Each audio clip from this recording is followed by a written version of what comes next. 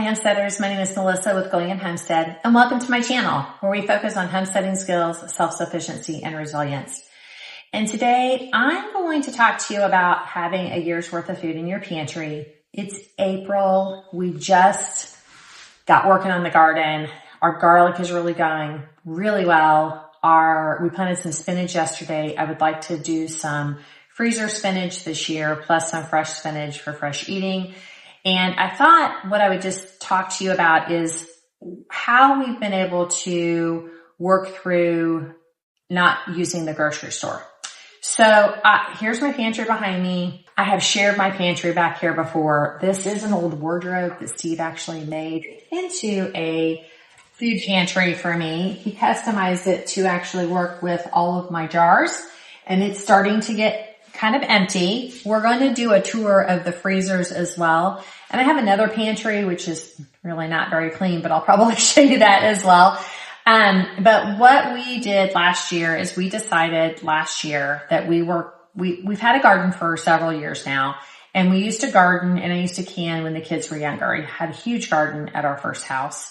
And at our next house, I had a smaller garden, but life got busy and we kind of fell away from really preserving our food. But really, overall, we've been doing this type of food preservation, growing. Really, we've been doing some homesteading things most of our lives. We just didn't recognize that we were doing those things. But now we're very focused in on trying to grow as much of food on our own. And the big driving contributor to that is the cost of food, is the stability of our country, and is also what is going into our food. We started to look on the back of the labels and realized that there were all these things that were going into our food that we weren't even sure what they were. And of course, we're putting that into our body. And as we are getting older, Steve and I are both very concerned with our health as well. And so we've decided that this is just the journey that we're on right now, is to grow, preserve, and eat as much of our own food as possible. Now, I'm not going to say I don't have other foods in here, because I do. And that's because when 2020 hit, I started to stock up on some foods so that we would have some foods in case of an emergency. And we still haven't gone through those foods. They're not my favorite things. They're kind of backups. And so that's why I have not used them yet. So let's just talk about what I have in my pantry. So we are growing this year a lot of food. And we have 3 gardens. I've shared this before, we have a 3x12 and 2 5x12 raised gardens. And last year we grew more food than we have grown ever. We added a 3rd garden last year. This year we've decided not to add another garden, but to try to go vertically with our growing. And we will be sharing with you how we're doing that, but we are going to be growing spaghetti squash and loofah is going to go vertical. We've got watermelon cantaloupe, we're growing vertical. We have pickling cucumbers that are going to go vertical, and all of our tomatoes are going to go vertical. We're going to end up getting 2 times more the tomato plants than I planned for because of the vertical system that we're going to be using. So that's pretty exciting. Then we've got a lot of peppers, which I'll talk about later. We've got a lot of pepper plants. We have garlic, onions, sweet potatoes that are going in after the garlic comes out. And then, like I said, spinach, and we've got radishes, things that we have not grown before. Lots of onions, lots of flowers in the garden, just to add some ambiance and beauty and the ability to be able to bring fresh flowers. And that makes me just really happy. We have some teas that are growing in the garden this year. We had tea last year. We're actually going to add to that this year with some chamomile and some more peppermint. So we've got lots of things that we're growing, and we're strategic about growing it so that we can get the most out of our space and still have a beautiful little piece of property. So we live in a neighborhood. If you don't know, we have a 1/4 acre lot, and we kind of live in a farming community. This was a farming community, and the more we're farther out near a lot of farmers. But we live in a neighborhood, and most of the farms around us are starting to develop into housing additions. So our goal is just to try to homestead right where we're at until we can afford to move out on a piece of property in retirement. That is what our channel is all about. Homesteading skills, self-sufficiency, and resilience. And so this is what we have left over from last year. It's, if I haven't said that so far, it's April. It's the beginning of April. It's actually Eclipse Day. I took the day off work today and thought this would be a great video to share with you guys. So we have some green beans left over from our garden. We grew a lot of green beans last year. We're probably going to have even more green beans this year because I think we're going vertically with the green beans too, but we're actually doing an arched trellis. So we're going to have way more green beans this year. So we still have about, I think I figured 20, we have 20 jars of green beans. Plus I've got some green beans in the freezer. So we're great in green beans.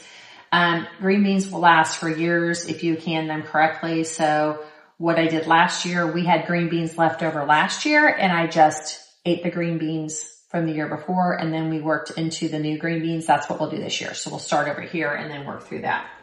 So we have plenty of green beans to last us,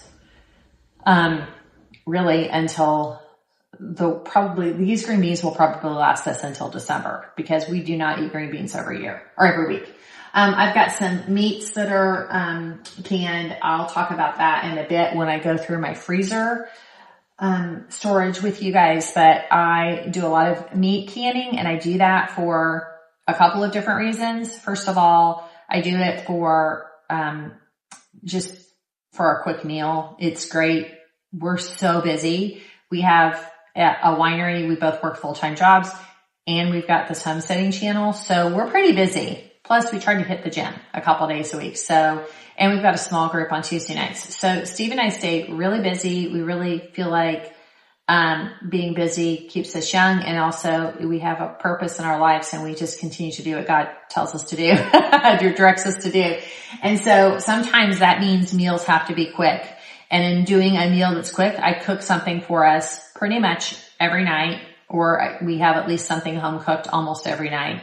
We rarely go out to dinner. If we go out to dinner, it's probably like every couple of weeks now.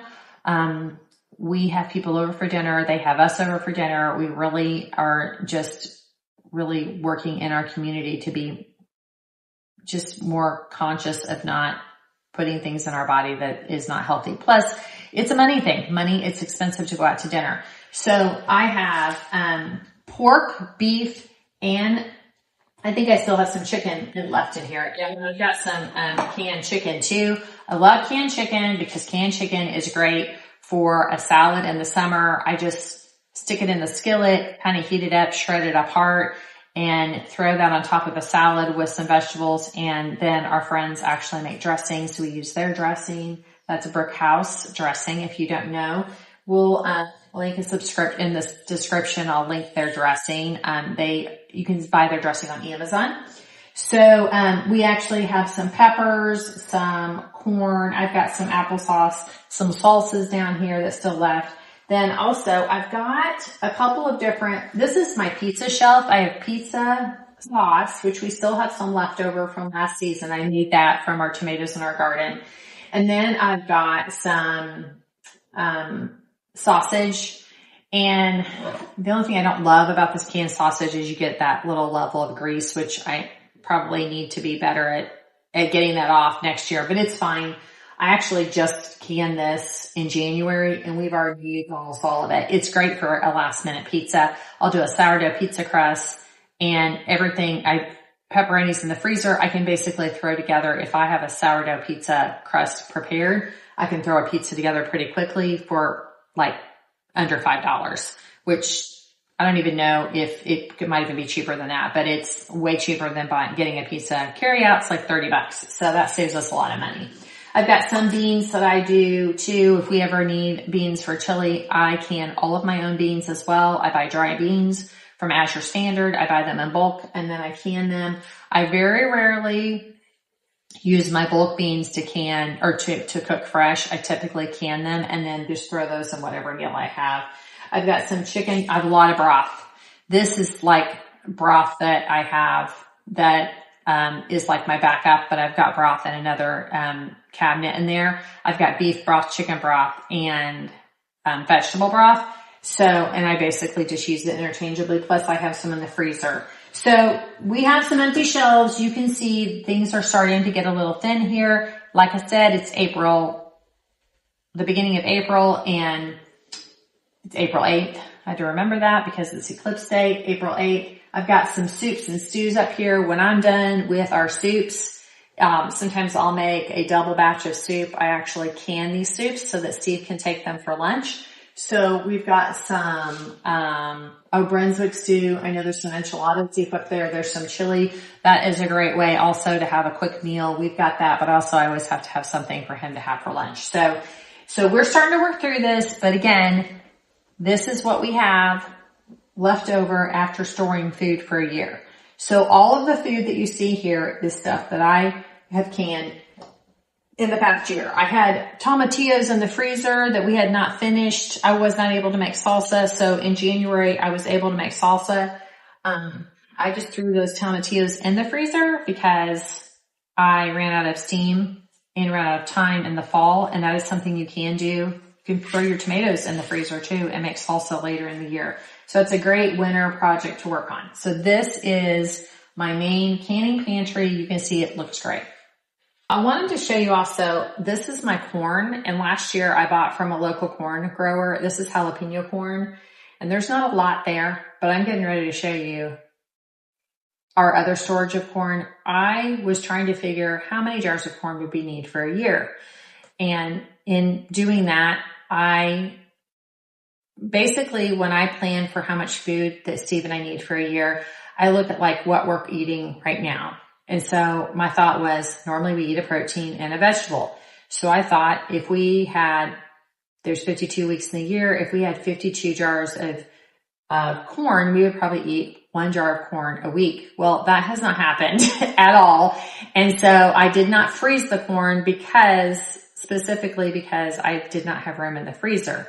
So we've got a ton of corn, and I'll be working through eating that this summer probably. We'll probably get some fresh corn on the cob as well, but we have a lot of corn because we just didn't eat it the way we thought we would. So this corn was actually canned last August, and I am kind of glad that I have extra corn because it's a little tasky to can corn after you cut it off the husk and all that. But it's actually a really great staple to have in your pantry. So let's look at my other storage of corn right now. My dog out of the way. So right here, I've got corn down in here too. This is just a little antique dresser I have. I wasn't using that space, so I put corn down there as well.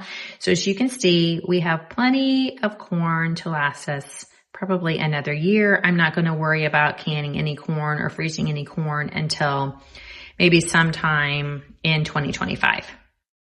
Okay, I'm not promising that this pantry is very clean. It's kind of a catch-all, but here's another pantry of ours where I've got some long-term storage food buckets.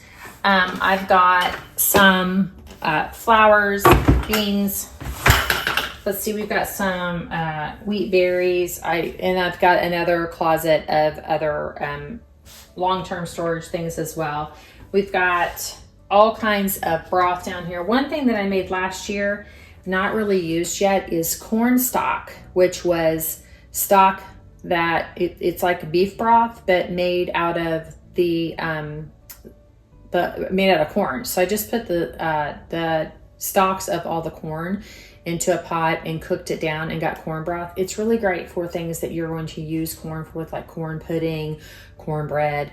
But honestly, I haven't used it. So I've got about probably like 15 quarts of that. That'll last forever. So it's a good backup if I've got something that's like corn related, or if we run out of broth and, something happens and we can't get any broth or can't make broth, then we actually will have something as a backup. So I have that in a different pantry. But what I have in here is that I have a lot of long-term storage stuff in bigger containers, but I also have here's garbanzo, chickpeas, there's some pinto beans. If I need any of this stuff, it's easier just to have it in a smaller container and just pull it out and use it as I need it. I have to say, like I just said, most of what I use is already canned. So I am considering emptying these out, putting them back in the big containers, so I can utilize the space a little bit better for what we have out in the garden. So this stuff I don't grow right now, but I do have a plan to try to grow our own beans at some point. But right now, these are just things that I buy bulk from Asher Standard. So this is basically condiment type stuff that I use. Beans, I've got nuts and seeds in here. We've got, I've got a baking shelf for when my grandkids come over and we do some baking. We have a tea shelf here. Got coconut oil there, but we've got some of our own teas. We've got some chutneys that I have in here. I actually have also in my big I've got some jams and jellies in there too we use. So we've got some backup waters. I've got some backup garbanzos, beans, and such that I bought when 2020 hit. Also, this actually states right here it's good until April of 2024. Actually, it will last longer than that. So I might consider making some hummus or something with this here pretty soon, because this stuff is starting to, I just think it loses its quality. It's not like it's not safe. So I do have some canned things. So I've got some canned pumpkin still, which last year I canned my own pumpkin. Well, I froze my own pumpkin because we had pumpkins left over. So I went ahead and did that so the pumpkins wouldn't go to waste. But we honestly only use pumpkin once a year. So I still have a ton of pumpkin left over from before I started this process. So I probably won't do that with pumpkin this year because we have more than enough pumpkin we need. So as you can see, this is our dry storage. I showed you our canned storage. Now we're getting ready to look at our freezer storage. And so you can just see what it looks like to actually preserve food and try to stock up on a year's worth of food in your home. It's really not that hard. I purchased this back in 2020 when, of course, all the chaos was happening. We moved into this house and knew we wanted a freezer way before 2020 happened. That was the plan when we moved in. Of course, we moved in April of 2020 when you couldn't really find many things. And this was the last freezer that we could find in the city. So it was not the freezer of our choice. It was not as big as we wanted, but it did it did do fine for what we needed it for at the time, and that is just have a freezer to keep a supply of meat into it. Now it is our fruit and vegetable freezer, so let me give you a little tour of what is left. It is April, and we transformed this last July. We bought, I think it was last July, maybe August. We bought July or August last year. We bought a new freezer, which I'll show you in a minute. That is specifically just for meat and mostly butter. There is some pesto over there too, just because I kind of lost some space over here, but the pesto is actually going to be moved over here, so it's all together. But that freezer over there is about twice the size, and it can fit an entire cow in there if we want to do that. So this freezer, everything that's in here, I actually preserved last season. Steve and I have been working really hard at either buying locally or growing our own food to preserve for a year. So we have a year's worth of food in our home. Now, there's only two of us, and so sometimes I feel like maybe we kind of overdid what we were planning, what we really needed, but that's fine. It's always better to have more than enough food than not enough food, because if you preserve and can your food will last for years. So it's always best to have more food than not enough food. So if you can and preserve your food, it'll last for years. So in this freezer, what we have from last year is I still have some pesto left. I put my pesto in jelly jars, and you cannot, you have to freeze pesto because the oil will go rancid and you have cheese in it, and so it's really just not the best thing to do. So I do my pesto like this. We had so much basil last year that I have pesto here and pesto in the other freezer, and we will not need pesto for another year. So this is good. I'm just gonna continue to work off this pesto in the next year. We are gonna grow one basil plant this year just for fresh fresh basil for fresh eating, but I'm not going to. Last year I had 3 basil plants and they just continued to, it just continued to give me more and more basil. I will talk a little bit about that this summer, but I actually figured out how to stunt the plant from bolting so we could get as much basil, and that's what I did last year. And we got way more than what we needed. So we've got plenty of that. I've got some enchilada sauce still and some tomatillo sauce that if you have something that doesn't seal in the canner, you can throw it in the freezer. And so that's what I did. I had a few things that did not seal, and one of them looks like tomatillo salsa. I didn't even know I had that out here. I've got some small jars that did not can up, and so I just put a lid on them and stuck them out here in the freezer. So that's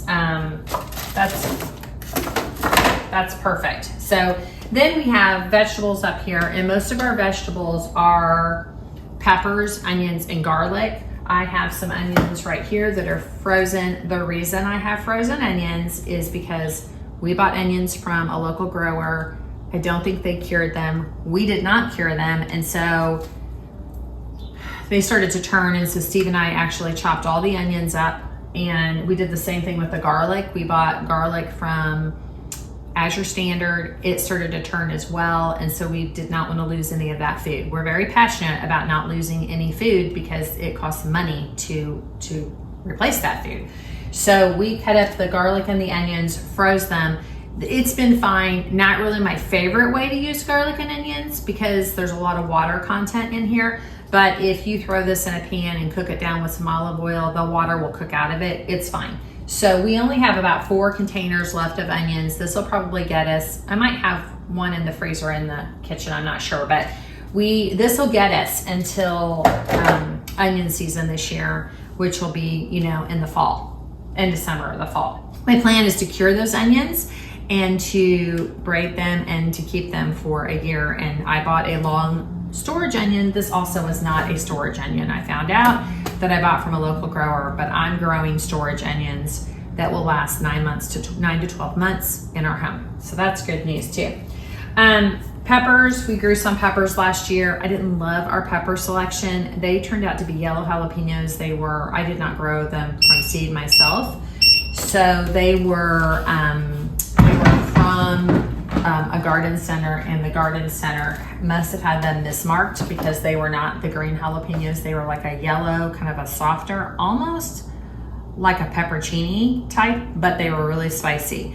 So I do have those in the freezer. Then I bought some habaneros and some sweet chili peppers from a local grower. I went down to the farmer's market and just pretty much bought all their peppers they were so cheap. I just bought them every week, whatever they had. And then I froze them, and I've used them in salsa and guacamole, meatloaf. And so I have some of that left here, and I will be using that before we use anything out of the garden. So if we're going to be making salsa, I'll probably pop these out because I don't want them to be in the freezer for longer than a year. So we've got garlic, peppers. This is tomatoes. We do have we've got some herbs back here. Yeah, I've got some cilantro. This is fabulous. I bought cilantro last year, or this winter actually, that looks like January I bought it. I bought it from Gordon Food Service. They had big, huge bags of it, so cheap. And it was great to do I needed it for something, I think maybe I was making guacamole. Anyway, I had a bunch left over, so I froze the cilantro, and I've been able to take the cilantro out of the freezer, throw it in my guacamole, and it's been fabulous. I'm actually going to pull this out today because it is Eclipse Day, and I am making us an eclipse appetizer this afternoon for Steve and I when we're watching the eclipse. I'm gonna make some guacamole and some homemade sourdough discard chips, which I'll have a video on as well coming shortly. So you can see we have plenty of food still left in our fruit and vegetable freezer. It has sufficed us quite well. Oh, here's another thing I forgot to tell you about is our potatoes. So our potatoes also started to go south, and I will tell you that these were not our potatoes. We ate all of our potatoes we didn't grow enough potatoes before the end of the season. So I ordered some from a farmer, and they started to go south in, let me see, looks like the end of December. So they didn't last as long as I thought they would either. I'm not sure if they were not a good storage potato. They actually just started to get a little wrinkly on the outside and they started sprouting. And so I was like, let's just take care of this. So I blanched my potatoes in hash browns, fries, and chunks. We have a ton of potatoes down here. So we don't eat potatoes that often, but I would say we maybe eat potatoes twice a month. That's about it, if even that. And so those potatoes are gonna last us until next growing season. I'm fine with that. We didn't freeze them until December of this year, so they'll probably last us until next winter, and then we'll grow potatoes next year. So, so this is our fruit and vegetable freezer, and it's April, and you can see we still have plenty left here. Okay, here is our meat freezer, and our meat freezer, it looks, I'll give you a close up here in just a minute, but our meat freezer looks pretty good. I do have a few things over here that need to be moved to the vegetable freezer, but I'm kind of waiting to work through some of the things in the vegetable freezer first. So we've got a box of ham up here. I do have a bag of peas right here that I bought from Azure Standard. We've got some chicken, bacon, and then most of what we have in here is pork. So I've got a bunch of chunked pork. I actually don't really like a pork roast necessarily. I feel like in our household, it just doesn't, we don't get as much out of that. So I like for my butcher actually cuts our pork into chunks so I can can that to use for pulled pork or pork tacos, that kind of thing. That is our preferred method of using pork. So plus for a good sized pork roast is a lot for just the two of us. So I just have them do pork stew, and it's normally in about 2-pound packages, which is perfect for Steve and I. But I will also probably show you guys how I do canned meat here sometime before our beef comes, because I'll probably end up canning that pork, whatever is left over.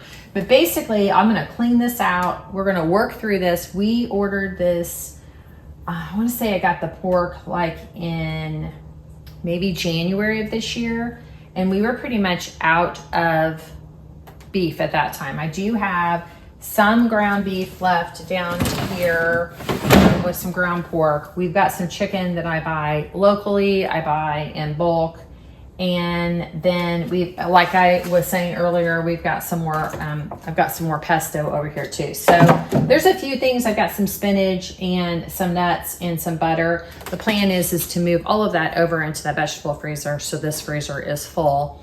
We absolutely, if we had to, could make this work for the two of us for the next year. So I would say, even though there's not a lot of variety in here, we actually have probably a year's worth of meat in there, because I can make it spread a little bit farther with some of the other things that I have in my pantry. So even though it's not comfortable for me, I like to have this thing packed full. The goal for us is to purchase, we've only purchased half a pig, but what we're gonna do now is we're gonna purchase, in 6 months, we're gonna purchase half or a full pig. And then one time a year, we're gonna do half of a beef. Does that make sense? So we'll do like a beef in July. I think it's gonna be ready in June or July. And then in the early spring months, right after Christmas, the plan is to purchase a full pig. And if we do that, we should be able, you can actually fit an entire cow in this freezer. So that should work for us, and we should be able to do chicken, have chickens in here. And a lot of times I buy whole chickens, so I can just use the bones and everything and cook the broth down. I'll cook the broth down, by the way, and we've got some broth, freezer broth, that we don't have enough to can, so I just throw it in the freezer and pull it out when we need to use it. So anyway, plenty of food in here in our meat freezer to last us probably another year if we were tight in the way we used it.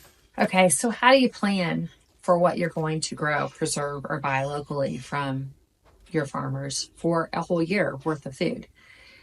It's a little bit of a struggle to try to figure that at first. And I will say that this is something that we started stocking up probably really good when everybody started to stock up. after 2020, probably 2021 is when I got real serious about it. I thought maybe we should start to just stick some food back, buy some more bulk items, buy more canned items to keep in our pantry in case we had an emergency.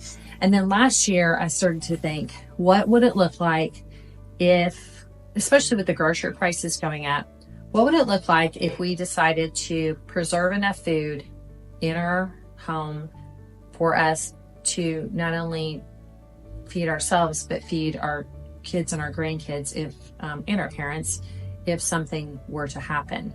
So that's when I got pretty passionate about only buying locally and not buying really from the grocery store. So we were only buying from the grocery store milk, eggs, and occasionally I would buy cheese from like Costco or Sam's. Coffee, we were buying coffee as well at the time. And then I make kombucha to drink for me, but Steve likes root beer occasionally, so we would buy root beer. We have reeled that down to only buying from our local grocery store milk and root beer. So, and let me explain how we're doing that. So I would love to make root beer for Steve, and I looked at what it would take to make root beer, and it's pretty expensive to actually get all the things to make root beer. It's not that it might not be something that I do at some point, but it was going to cost us like $100 to get all of the items to actually even attempt to make it. And I was going to make a kombucha root beer that way, but it's just really not in the budget right now. I mean, that's like, we have a $120 grocery budget a week, so that's not even a feasible thing right now. So it just doesn't seem like a smart thing to do. We're still buying root beer at the grocery store. We also buy milk. We no longer buy eggs from the grocery store. And I have a grower down the street, or a chicken farm down the street. I say a chicken farm. It's a person that sells chickens out in front of her house. And I've been buying from her, and I've been pretty happy with that. So I'm not going to be buying eggs from the grocery store because I get them fresher. Plus, I don't have to refrigerate them, which if we lose refrigerator space, that's awesome. So we're not buying eggs from the grocery store, and we're buying cheese from Azure Standard. I buy it in bulk. And if you've not seen my cheese video, I'll attach my cheese video to this video so that you can see how you can preserve cheese for 25 years when buying in bulk. So we'll attach that here, grow and what to preserve and how to do all of that. Well, if you're gardening, one thing you can do is you can look at what it is that you eat. Or even if you're buying from a local place, if you're buying from a local farmer, figure out what it is you eat. Start keeping track of that. I keep track of that stuff right back here on the back of my original garden plan. I had to redo my garden plan a little bit because I started to recognize I was going to be able to get more in my garden than originally I thought because of the new trellising system that we have this year. So I actually on the back of here have exactly what I need. I know from this year we had peppermint tea. We only had like a quarter of a gallon of peppermint tea out of our yard, and we went through that. And it was, January, we were out of peppermint tea. So we need a gallon of peppermint tea. I need a gallon of chamomile tea. I need a gallon of lemon tea. I know that when I make cowboy candy, I should say I love cowboy candy. It is candied jalapenos, basically. And it is so good in so many of the recipes that I make. I actually cook a lot of things with cowboy candy. And I've got a couple different kinds that I've used jalapenos, and I've done a habanero. So I know for us, we're running low. We have about 15 jars left. And based on what we grew what we canned last year, I know that I'm going to need 45 jelly jars of cowboy candy for Steve and I to last a year. That seems like a lot, but really when you're thinking about how many days there are in a year, not really that much. So I've got pickles, dilly beans, apple chips, apple chunks, peach chunks, peach jam, garlic, onions, tomato powder, tomatoes, peppers, and onions together, whole tomatoes, tomato sauce, sweet potatoes. How many sweet potatoes we're going to need? was planning on anywhere from 50 to 100. I don't know how many I'll get. I've never grown sweet potatoes before. Spinach, I figured I needed 20 cups of spinach to last us a year. Frozen spinach, we don't use spinach a lot, but I do have a couple of recipes that I like spinach. So we're growing spinach so that we can freeze spinach. Then watermelon, I've got a bunch of ideas for what we're going to do with our watermelon: jam, sorbet, lemonade concentrate, a watermelon concentrate to add to my kombucha. We're going to make watermelon simple syrup for cocktails. And then I feel like there was something else, but in cantaloupe, there's a salted vanilla cantaloupe jam I found that I want to make too. So I just started to write down things that I thought that we would eat, looking at what our foods are. So the best way to do this is to look at first of all, what you're buying from the grocery store, what you're eating on a regular basis. So if you are buying bread, for instance, every week, you can most likely make bread at home for cheaper if you learn how to do it. It's not hard. It really takes a full day to make bread, but it's not something you have to be sitting around waiting on or sitting around actively doing a whole day. There's a lot of waiting on bread because you have to wait for the first rise and then for the second rise. So you can do a lot of other things in between. You can easily make bread on Sunday and have enough bread for the rest of the week. So, and then you know what's going in your food too. That's a good example. Let's say you're buying black beans. You're buying canned black beans, and you know that you use black beans once a week because you make chili or soup or bean salad or whatever it might be. Tacos, any of those things, taco salad, any of those things that you use black beans in. You can actually start to kind of look to see how much you would need for a year. So it's just looking in your pantry of what you are absolutely eating. Now, we don't eat a lot of rice. We don't eat a lot of pasta, although I am planning on making us some einkorn pasta because we like einkorn a lot. But we do eat a lot of spaghetti squash. So I make sure I grow spaghetti squash. We do, what else? We eat a ton of tomatoes. We eat a lot of salsa. And we don't eat salsa with chips all the time. We actually eat them with a healthy cracker that I make. So we definitely have to have tomatoes in the garden. I cook with a lot of onions and garlic. So that's something we have to have in the garden. We like jalapenos a lot. So we need to make sure that we have jalapenos in our garden. So we just look at what we eat and grow the foods that you're going to eat. Don't necessarily grow the foods that are easy. You're going to hear people out there all the time tell you to not grow what's easy, because what is easy might be great. Like beets are so easy to grow, but I can't stand beets. I've tried to love beets. I've tried to love them in multiple different ways, and it's just not possible. I do grow beets sometimes and then pickle them for my dad because he loves them, but I just don't love them. I just don't love them, but they're so easy to grow. If you love beets, beets are a great thing to start with. Tomatoes are not hard. I don't think tomato plants are hard to grow. I don't think lettuce is hard to grow. Peppers are incredibly easy to grow. Squash is very easy to grow as well. The problem with squash is then you're dealing with squash bugs, and that's a whole nother thing that we'll talk about later. So I would just say find what you love and grow what you love. And if you're not into growing, then buy what you love. Buy in bulk the things that you want for your pantry so that you can store for long term. So we hope you've enjoyed this video. Please like and subscribe and follow our channel if you felt that any of this was helpful. And we will see you soon.